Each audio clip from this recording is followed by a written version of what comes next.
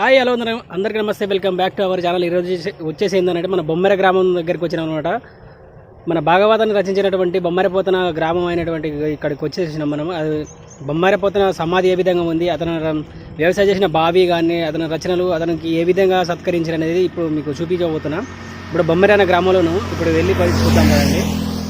First అయితే ఒక like వేసుకోండి, వీడియో చాలా బాగుంటుంది, వీలైతే సబ్స్క్రైబ్ చేసుకోండి. నచ్చితే ఇప్పుడు మనం వచ్చేసి సహజ కాపీ అయినటువంటి బొమ్మరపోతన సంస్కృతంలో ఉన్న భాగవతాన్ని తెలుగులోకి అనువాదించిండు కాబట్టి అతని ఊరిలో బొమ్మర గ్రామంలోని ఇక్కడ అతని సమాధి దగ్గరకు ఉన్నాం అనమాట. సహజ కవి అయినటువంటి మన కేశర లక్కబంబ దంపతులకు పుట్టిన కుమారుడు ఈయన పేరు బొమ్మరపోతన అనమాట. ఇక్కడికి వచ్చేసి ఇంత మునుపు ఈ విధంగా లేదు. ఇప్పుడు మొత్తం కొంచెం తెలంగాణ ప్రభుత్వం వచ్చిన తర్వాత ఇప్పుడిప్పుడే కొంచెం అభివృద్ధి చేస్తున్నారని చెప్తున్నారు. ఇప్పుడు పాలరాజుతోని కొంచెం నీట్గా చేస్తున్నారు సమాధికి. ఇదే అనమాట. ఇతని పేరు మీదనే ఇక్కడ బొమ్మర గ్రామం అనేది ఏర్పడింది. ఈయన సహజ కవి సహజసిద్ధంగా కవి ఏర్పడించుకొని భాగవతాన్ని సంస్కృతంలో ఉన్న భాగవతాన్ని మనకు తెలుగులోకి అర్థమయ్యే రీతిలో స్పష్టంగా మనకు అనుసంధానం చేసి భాగవతాన్ని రచించిండు అనమాట. అందుకని భాగవతం రచించిన కవి సహజ కవి బొమ్మరపోతన అని మనం చెప్పుకుంటాం. చాలా పాఠ్యాంశాలలో కూడా 7వ తరగతి 8 నుంచి 10వ తరగతులలో కూడా మనం చదువుకున్నాం తెలుగు పాఠ్యాంశాలలో. ఇప్పుడు వచ్చేసినటువంటి బొమ్మరపోతన ఒకటి సమాధి దగ్గర ఉన్నాం. ఇదే అనమాట.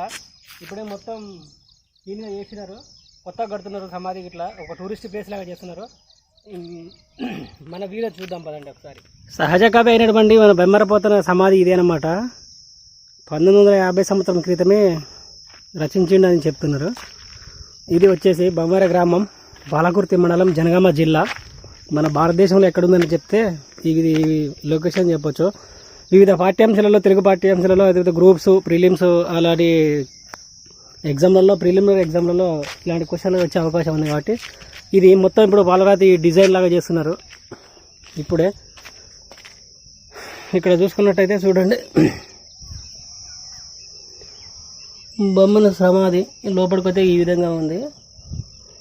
ఆనాడు ఏ విధంగా సమాధి అయినారో అలాంటి రాతులతోనే పైకి ఇట్లా సమాధి చేసేసి హోల్ పెట్టేసి ఉంచారు అనమాట. ఇది మండపం, సమాధికి మండపం వేసినారు 4 పిల్లలతో.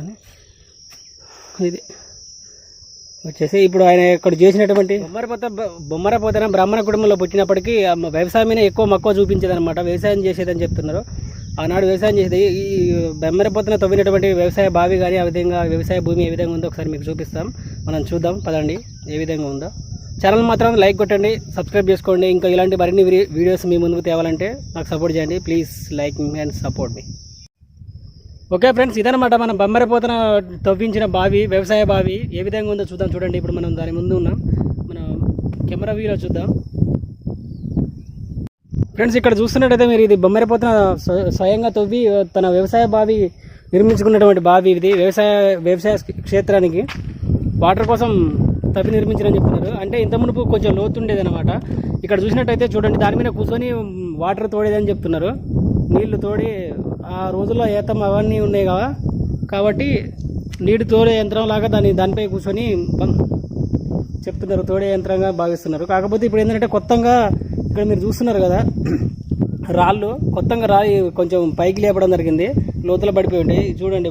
ఇప్పటికి కూడా నీళ్ళు ఉన్నాయి. ఇప్పుడు ఎండాకాలం వచ్చింది కదా,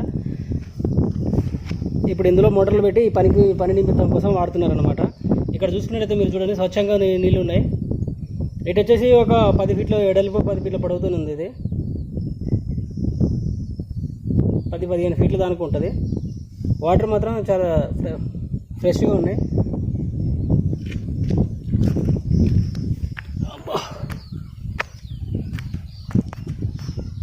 ఇక్కడ చూసినట్టయితే ఇదనమాట. దీనిపైన ఇట్లా కూర్చొని తీసేదని చెప్తున్నారు బావి. అటోగాలు వేసి కూర్చోవచ్చు అని చెప్తున్నారు.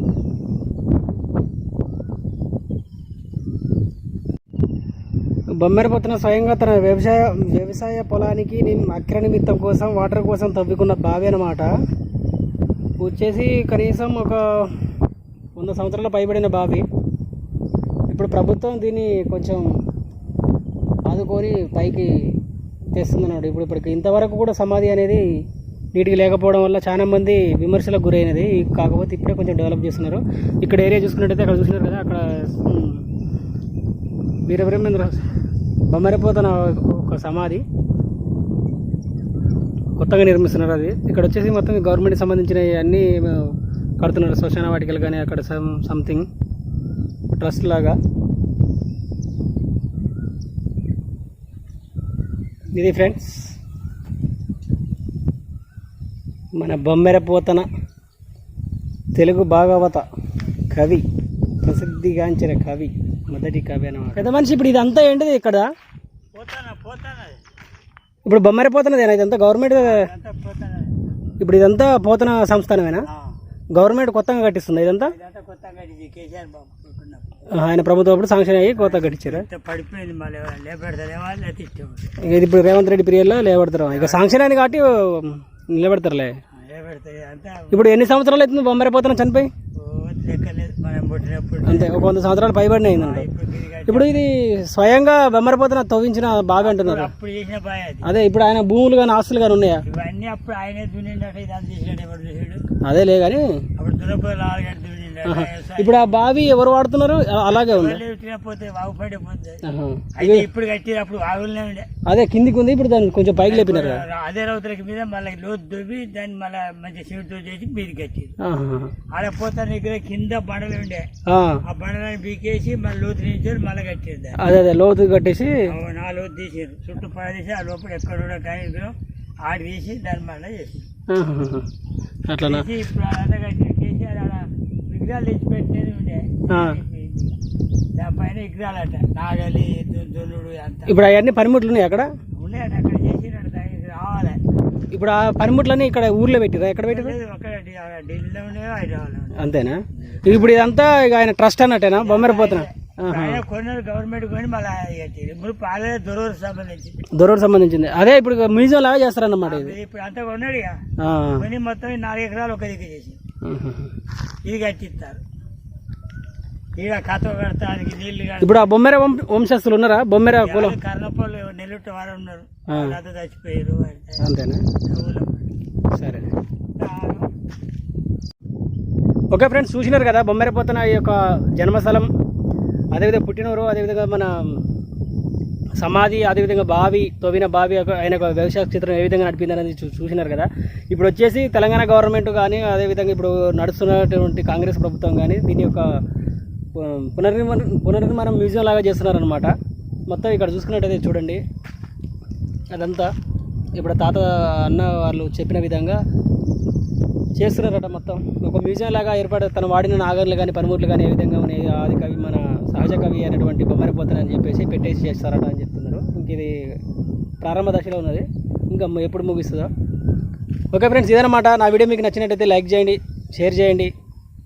ఇలాంటి వీడియోలు మరిన్ని ఇంకా కావాలంటే నా ఛానల్ని సబ్స్క్రైబ్ చేసుకోండి. Please support me. Thank you.